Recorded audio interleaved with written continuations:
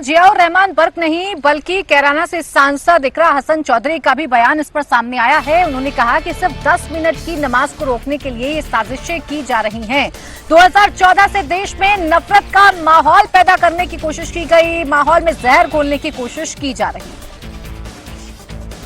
10 minute की नमाज में इतनी बड़ी आपत्ति पूरे देश को हो रही है, सरकारों को हो रही है, तो बहुत आश्चर्य की बात नहीं है, क्योंकि लगातार 2014 के बाद से जिस कगार पे ये सरकार इस देश को लेकर आई है, सिर्फ इन्होंने नफरत की है। इनको जब यूएई में या कहीं और जाना होता है तो ये सबसे गले मिलते हैं, सबको गले लगाते हैं, लेकिन जब अपने देश में अपने सौगातें मोदी की बात चल रही है, सौगात सबसे बड़ी मुसलमानों के लिए ये है कि उनके हकों को, उनके हुकूकों को उन्हें दिया जाए। लगातार छीनने का काम जो हो रहा है, चाहे कहीं सर्वे करा के हो, वक्फ का बिल ला के हो, आज नमाज रोक रहे, कल पता नहीं क्या करना चाहते हैं, लेकिन हम इस देश की मिट्टी में हमारे बड़ों का, हमारे बुजुर्गों का खून शामिल है। हम कहीं नहीं जाएंगे, यहीं रहेंगे। सरकारें आती हैं, जाती है, आज इनकी तानाशाही है, लेकिन हमेशा नहीं चलेगी। आज इनकी तानाशाही, सरकारें आती हैं जाती हैं, लेकिन हम तानाशाही को नहीं सहेंगे, इकरा हसन की तरफ से कहा जा रहा है। तो सांसद जो समाजवादी पार्टी के हैं वो इसी तरीके से विरोध कर रहे हैं, लेकिन पुलिस प्रशासन ने फिलहाल अपना मोर्चा संभाल लिया है। एक बार फिर आपको संभल लिए चलते हैं। मनीष प्रसाद मेरे सहयोगी इस वक्त मौजूद है। मनीष, जुमे की नमाज का टाइमिंग संभल में क्या है और उस टाइमिंग को देखते हुए फिलहाल क्या हलचल आप संभल में देख पा रहे हैं? प्राची, करीबन 1:45 का वक्त होगा जब यहाँ पर अलविदा जुम्मे की नमाज है उसे अदा की जाएगी, और इसीलिए यहाँ पर जो लोग हैं अब वो आने शुरू हो गए हैं और यहाँ पर व्यवस्था भी की गई है।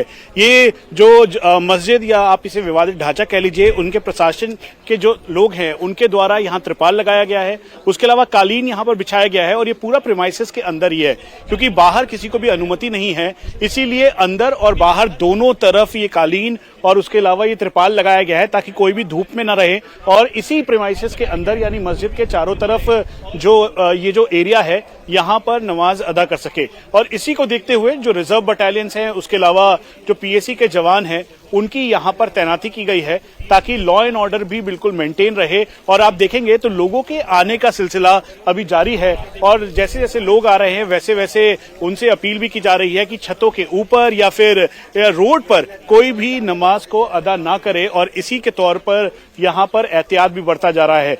तो एक्स्ट्रा डिप्लॉयमेंट है। कितने बजे की नमाज होगी? नमाज कितने बजे का समय? 1:40। तो काली पट्टी लगा के करेंगे नमाज? नहीं। आप कितने बजे की नमाज है यहाँ पे? नमाज का समय क्या होगा? समय होगा 1:45 बजे। और कितनी इम्पोर्टेंट है आज की ये नमाज? आज की नमाज अलविदा है, अलविदा की बहुत पॉसिबिलिटी रहती है, अलविदा बहुत भारी जाएगी। तो काली पट्टी लगा के आप नमाज अदा करेंगे? नहीं।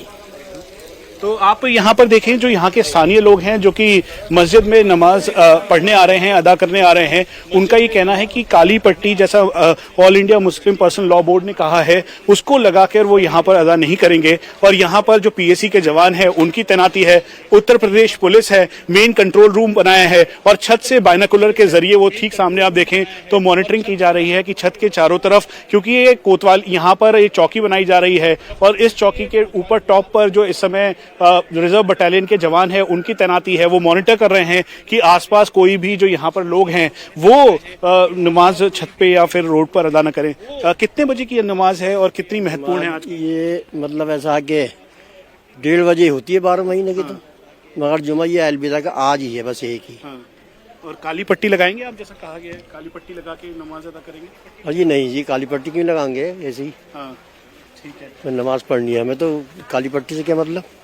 तो आप प्राची सुन रहे हैं कि यहाँ के स्थानीय लोग क्या कह रहे हैं, और दरअसल इसके जरिए वो ये बताना भी चाहते हैं कि यहाँ पे स्थिति जो है वो इस समय सामान्य है। आप देखिए कि चारों तरफ जो रिजर्व बटालियन के लोग हैं उनकी डिप्लॉयमेंट इस तरीके से किया गया है कि जो ये मेन पैसेज है जहां से आवाजाही का रास्ता है, उस पूरे रास्ते पे यहाँ पर तैनाती के साथ इसे ब्लॉक किया गया है। ठीक सामने की तरफ आप देखें तो यहाँ पर भी आपको पीएसी के जवान दिखाई देंगे, लेकिन ये त्रिपाल देखिए आप, त्रिपाल, उसके अलावा यहाँ पर कालीन बिछाया गया है ताकि जो लोग आए, अगर भीड़ बहुत ज्यादा हो जाती है है मस्जिद में, तो इसी जगह पर लोग अपनी ये जो नमाज है, अलविदा की जो नमाज जिसे कहते हैं, उसे अदा कर सकते हैं। और ये मस्जिद के बाहर भी नहीं होगा, मस्जिद के प्रीमाइसेस के अंदर ही होगा। तो ये चारों तरफ यहाँ पर कुल मिला के 4000 से ज्यादा इस संबल के अंदर इस समय PAC, rapid action force, Uttar Pradesh police के जवान हैं। 6 अलग अलग जोन में इसे बांटा गया है और 16 बड़े अधिकारी जो हैं, जिसमें डीएम, एसपी, एडिशनल एसपी, उसके अलावा 4 DSP level rapid action force के असिस्टेंट कमांडेंट, डिप्टी कमांडेंट समेत जो महिला कार्मिक हैं उनकी यहां पर तैनाती है। जो अंदर आ रहा है उनसे भी पहले पूछताछ की जा रही है, उनसे पूछा जा रहा है, तभी इनको अंदर आने की अनुमति दी जा रही है। और खासतौर पर इस बात का ध्यान रखा जा रहा है कि मस्जिद के चारों तरफ, जहां पे 24 नवंबर के दिन जब वो दंगे काफी भड़के थे, तो उस दौरान जो नटोरियस लोग थे उन लोगों के ऊपर धरपकड़ की पूरी तैयारी की जाए। अभी तक जो 82 लोग हैं उनको गिरफ्तार किया जा चुका है। जो 82 उसमें जो संदिग्ध थे उस 24 नवंबर की घटना पे आप देखेंगे तो पीएसी के जवान हैं, वो अपने साथ जो पैलेट गन है, उसके अलावा यहाँ पर जो पंप एक्शन गन है उसका वो उनके पास है, उसके अलावा बेत, उसके साथ साथ जो शेल्स हैं, टीयर स्मोक एम्यूनिशन है, वो यहाँ पर लेकर तैनाती है। अब यहाँ पर दूसरी तरफ आप देखिए तो रैपिड एक्शन फोर्स के जवानों को भी यहाँ पर डिप्लॉय किया गया है, जिनके पास pump action gun, pellet gun, उसके अलावा केन, बेत, वो एंटी रॉयड गियर्स, इन सभी के साथ उनकी तैनाती है। वजह सिर्फ एक है कि कहीं से भी लॉ एंड ऑर्डर जो सिचुएशन है वो खराब ना हो। ये दूसरी तरफ का एरिया है जहां पर वज्र वाहन रैपिड एक्शन फोर्स का है, उसकी तैनाती है। जो यहाँ के स्थानीय लोग हैं वो सभी को बहुत ही गंभीरता के साथ ये बात कह रहे हैं कि शांति बनाए रखें, लॉ एंड ऑर्डर बिल्कुल महत्वपूर्ण है, उसको बनाए रखें, और इसीलिए यहाँ स्थानीय लोग लगातार ये हिदायत दे रहे हैं। तो ये पूरा पैसेज जो मस्जिद के साथ वाला है उसको क्लियर किया गया है।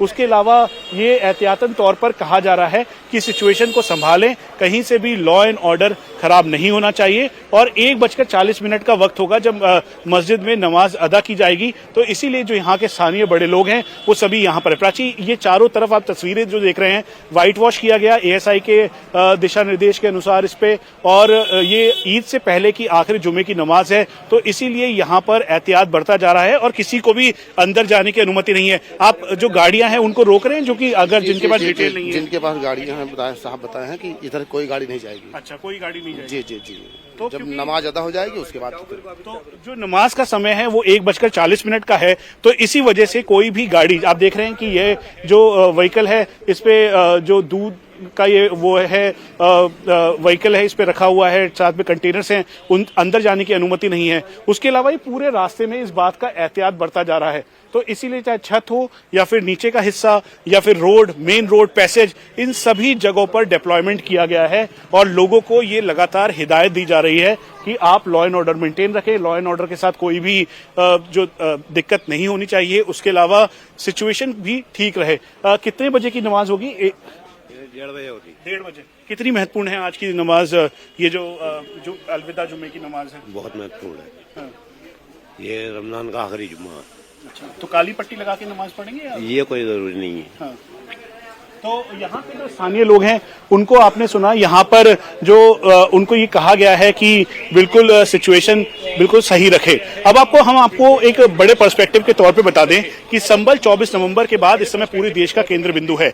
इसीलिए यहाँ पर जो एडिशनल एसपी हैं शिरीष चंद्र, उन्होंने औपचारिक तौर पर कहा कि छत के ऊपर, यानी ये जो छतें दिखाई दे रही हैं, इनके ऊपर कोई भी नमाज अदा नहीं कर सकता। उन्होंने अपना तर्क दिया कि बिल्डिंगें काफी जर्जर है, इसी वजह से एक साथ सामूहिक तौर पर यहाँ पर नमाज अदा नहीं कर सकते। और दूसरा ये कहा कि रोड पर, क्योंकि अमूमन होता था कि जब भी या जुमे की नमाज होती थी या फिर अलविदा जुमे की नमाज या ईद के वक्त यहाँ रोड पर भी आके नमाज पढ़ा जा रहा था, तो उस दौरान इसको भी पूरी तरीके से रोक दिया गया है और कहा गया है कि यहाँ पर रोड पर कोई भी नमाज को अदा नहीं करेगा। अब सामने की तरफ आप देखिए तो ये पूरा रास्ता एक तरीके से पैसेज को क्लियर रखा गया है। यहाँ पर पोस्टर लगाए गए थे उन संदिग्ध लोगों के, 82 संदिग्ध लोगों के, जो कि रॉयट्स के लिए जिम्मेवार थे, 24 नवंबर की घटना के लिए जिम्मेवार थे। अब उन पोस्टर्स को हटा के यहाँ पर एक बार फिर से अनाउंसमेंट की जा रही है और दोबारा से यहाँ पर पोस्टर लगाया जा रहा है। लेकिन सबसे बड़ी मुश्किल की बात यह है कि सीसीटीवी कैमरास के जरिए इस पूरे एरिया को, करीबन 3 किलोमीटर का ये पूरा रेडियस का एरिया है, स्ट्रेच है, जहां पर इसकी निगरानी की जा रही है और इस बात का एहतियात बढ़ता जा रहा है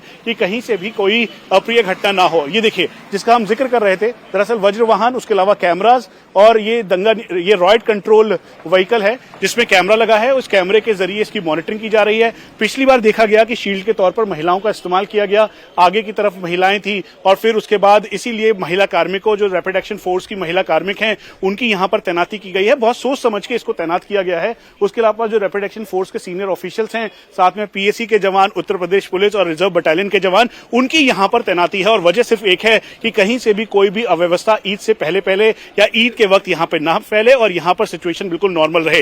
ये चारों तरफ संभल के 3 किलोमीटर का जो पूरा एरिया है, इस पूरे एरिया में करीबन 700 से 1000 के लगभग जवानों की तैनाती है, जो हमें बताया गया है औपचारिक तौर पर। कुल मिला के 4000 जवान यहां पर तैनात हैं, जिसमें रैपिड एक्शन फोर्स है, पीएसी है, रिजर्व बटालियन है, उत्तर प्रदेश पुलिस है और इन्हीं के माध्यम से पूरी तैयारी की जा रही है। बिल्कुल, तस्वीरें देखकर अंदाजा लगाया जा सकता है कि बड़ी तैयारी की गई है। पूरी तरीके से प्रशासन हाई अलर्ट मोड पर है संभल में, क्योंकि संभल में इससे पहले माहौल बिगड़ चुका है। इस बार माहौल ना बिगड़े, इसको देखते हुए खास इंतजाम किए गए हैं। शुक्रिया मनीष तमाम जानकारी के लिए।